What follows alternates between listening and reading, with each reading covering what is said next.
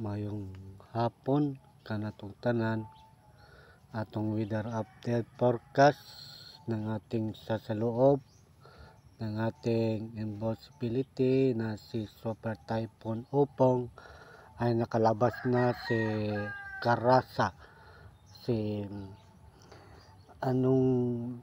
itong tinatawag ng signal number 3, number 1 sa ating Luzon, Visayas at Mindanao, dahil po patinding southwest monsoon, dahil po sa ilang lugar ay pagtindi paglandfall sa ilang Miraropa sa Luzon.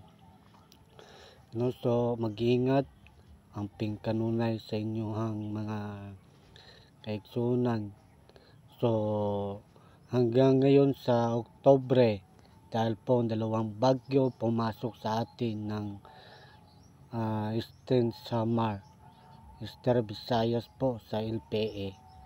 Yung pagdating ng bagyo, dahil po may dala kayo ng payong at may dala ng ulan at hangin, dahil po sa galing sa Pacific Ocean. Pasensya na po kay dahil po ang tunlan ko. Dahil po galing sa easterly sa ating bansa sa Pacific Ocean ng northeast, southwest at sa ilahang tinding ulan. Dahil po huwag kayong kalimutan, maging alerto kayo sa Bicol, Albay, Catanduanes, Cagayan Norte, Albay. Dahil po sa Metro Manila, Iloilo, Ilocos, Rojas, Masbate, ang iba pa sa ilang apektong lugar sa ibang mga posibleng baha.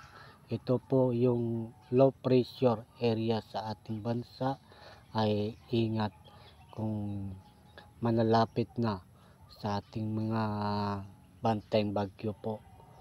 Maraming salamat po. Ingat.